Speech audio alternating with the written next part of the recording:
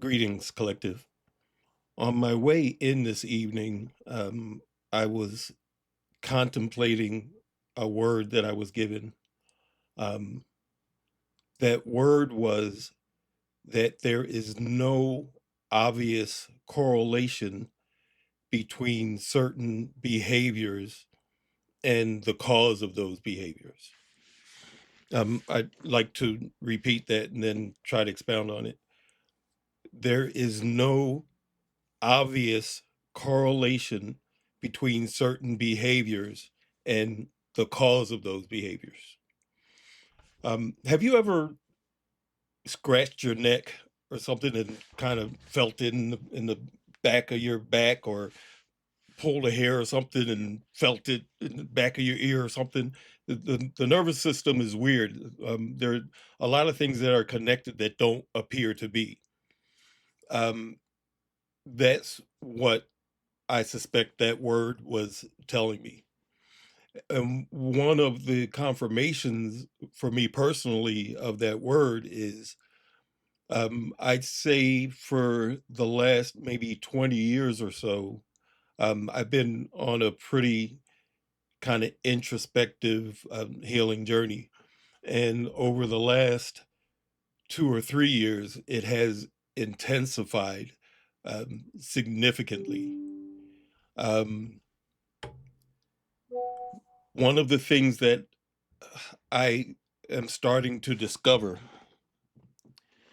is there were certain things, certain weights, certain behaviors that just fell off.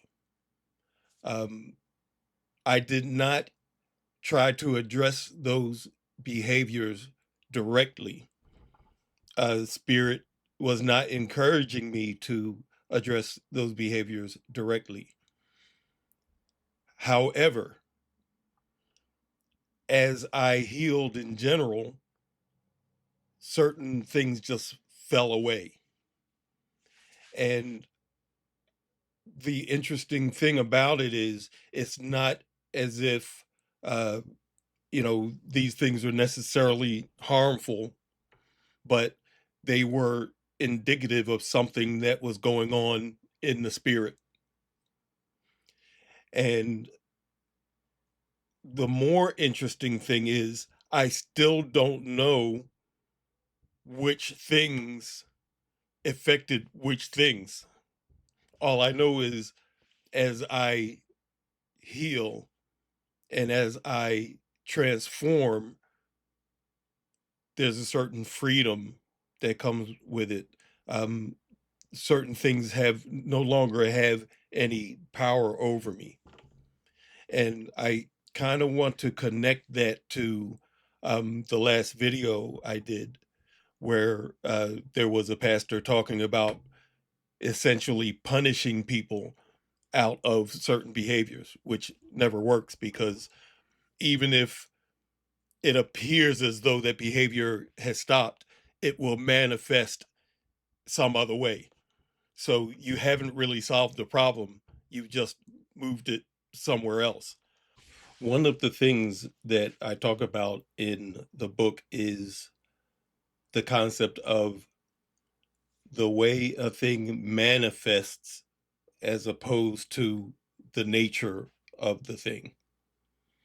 As I said in one of my other videos, or maybe even in the book, the way the church works today, and just this is something that I found in general, people tend to make judgments based on the way a thing manifests. So they'll see a thing and they'll say, oh, well, this person is doing this, or this person is doing that, or this thing is wrong, or they've sinned, or what have you. And that is not within the purview of human beings to make that kind of judgment. And that's not how spirit works. Spirit deals with the nature of a thing. You could have two people engaged in what might appear to be or manifestly be the same activity, and they could both be coming from totally different motivations, and they could both be totally different in nature, which is one of the reasons God tells us not to judge, because we're just not equipped to do that. Um, so when you have certain behaviors, it's not up to anyone else to tell you what the nature of that behavior is. It's not up to someone else to tell you you're sinning. That's not within their ability to tell you. The reason God tells us not to judge is not as a moral thing, not because it's wrong. He tells us not to judge because we don't have the ability or the tools or the mandate to do it. And this is precisely why, because we don't have the ability to know the nature of someone else's issues.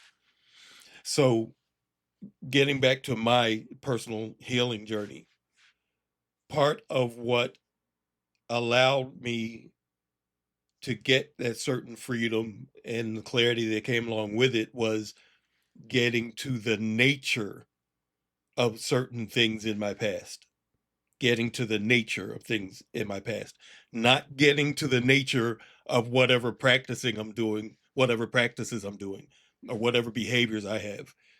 That's not relevant. That's kind of a smokescreen.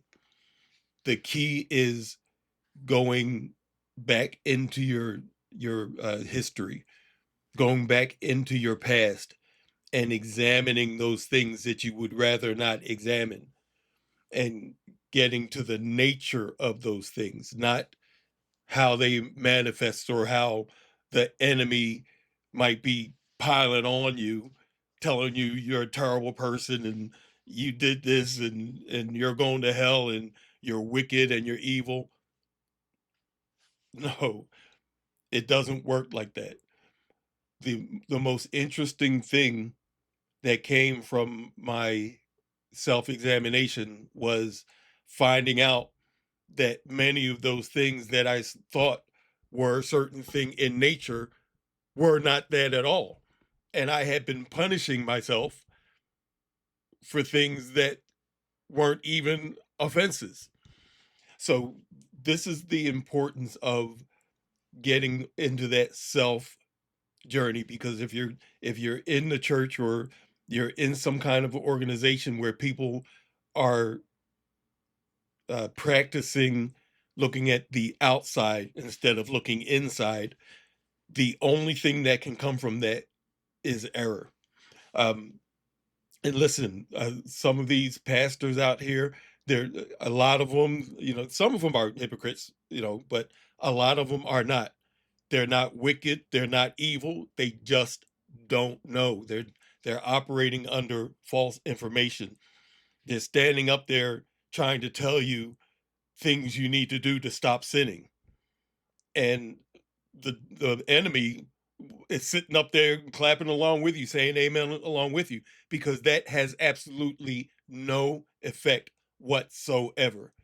The way we deal with our issues is to delve into our those dark parts of ourselves and discover the nature of them, bring them to the light. That is what heals you, and that's when certain behaviors start to change. And most interestingly, I wouldn't even say so much that their behaviors that changed. I'd say it's more of a paradigm that changed.